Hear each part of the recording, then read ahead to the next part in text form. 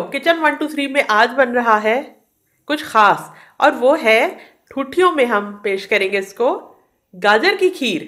तो उसके लिए इंग्रेडिएंट्स क्या है वो तो आपको बताती हूँ, लेकिन किचन 123 को लाइक करें, सब्सक्राइब करें और बेल बटन को भी प्रेस कर दें। 3 किलो या 12 कप दूध लेके मैंने इस तरह से देगची में डाल के गर्म होने के लिए चढ़ा दिया है कि इसमें जब उबाल आएगा फिर इसमें मैं मज़ीद चीज़ें ऐड करूँगी। और यहाँ पर 1 किलो गाजरें लेकर उसका छिलका उतार के मैंने इसको कद्दूकश कर लिया है। कितनी गाजर थी वो मैं आपको दिखाती हूँ।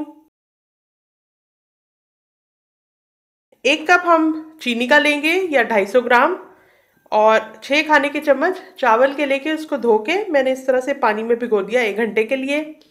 इसी तरह से 12 बादाम लेके उसको भी पानी के अंदर भिगो रखा है, और 1/4 चाय के चम्मच के बराबर इलायची पाउडर मैं इस्तेमाल करूँगी। और यहाँ पर ये मिट्टी की ठूठियाँ हैं जिसको पानी में भिगोना ज़रूरी होता है कम से कम 1 घंटे के लिए। ये मैंने भिगो रखी हैं। इन भीगे हुए चावलों को हमने ग्राइंडर में डाल के पीस लेना है। इसमें से मैं पानी थोड़ा सा कम कर देती हूँ। चावलों में 2 खाने के चम्मच के बराबर मैंने पानी रहने दिया था और इस तरह से ग्राइंडर के अंदर इसको ग्राइंड कर लिया है। और अब मैं इसको दूध के अंदर ऐड कर देती हूँ।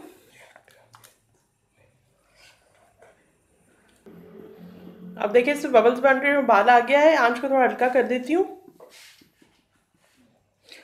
चावल का पेस्ट सा बना के मैंने ऐड कर दिया और अब ये मैं कद्दूकश गाजर इसमें डाल रही हूँ।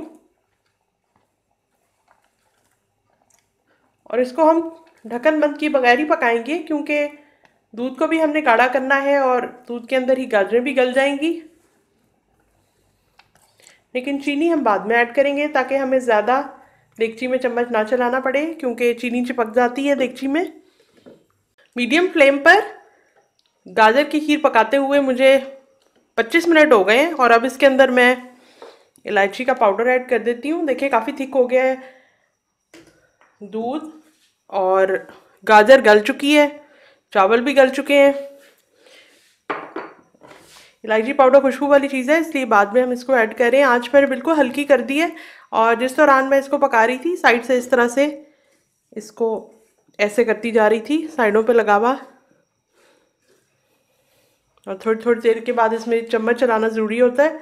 और हमने इसको थिक सा बनाना है, लेकिन फिर भी दूध इसमें होना चाहिए। ऐसे ना हो कि बिल्कुल ही हम इसको खुश्क कर लें। और जिस दौरान ये पक रहा था साथ मैंने ये किया, ये जो भीगे हुए बादाम थे अभी मैं नहीं डालूंगी, लेकिन मैंने इसको लंबाई के रुख में बारीक सा काट लिया है। और चीनी अभी मैंने ऐड नहीं की, चीनी ऐड करने लगी हूँ।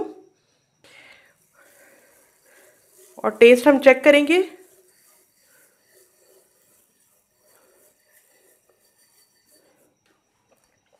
क्योंकि बाज़ोकात गाजर बहुत ज़्यादा मीठी होती है तो फिर हमें कम चीनी ऐड करने की ज़रूरत होती है, और अगर गाजर फीकी सी हो तो फिर ज़्यादा चीनी डालते हैं। तो अभी ये मैंने मीडियम सी मिकदार डाली है और आंच को थोड़ा सा तेज़ कर देती हूँ क्योंकि इसमें से एकदम से बड़े से बबल इधर उधर बिखरने लगते हैं। और जितनी देर चीनी खुलती है, मिट्टी की जो ठूठियाँ हैं छोटी छोटी प्लेट्स, इनको बाहर निकालते हैं और थोड़ा सा इसको खुश्क कर लेते हैं।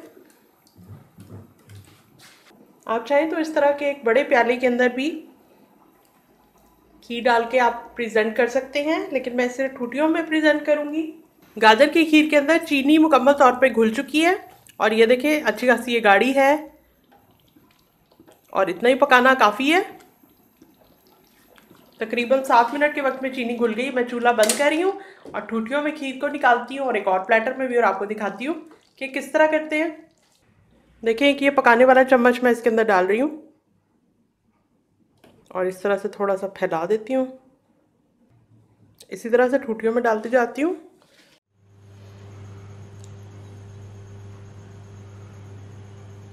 तो तैयार है हमारी बहुत ही टेस्टी और बहुत ही इसमें बैलेंस किस्म का मीठा है गाजर की खीर, जो कि ठूठियों में भी मैंने प्रेजेंट की है। आप चाहें तो इस तरह से भी कर सकते हैं और चाहें तो किसी भी अपने घर में मौजूद चीनी के प्याले में इस तरह से भी प्रेजेंट कर सकते हैं।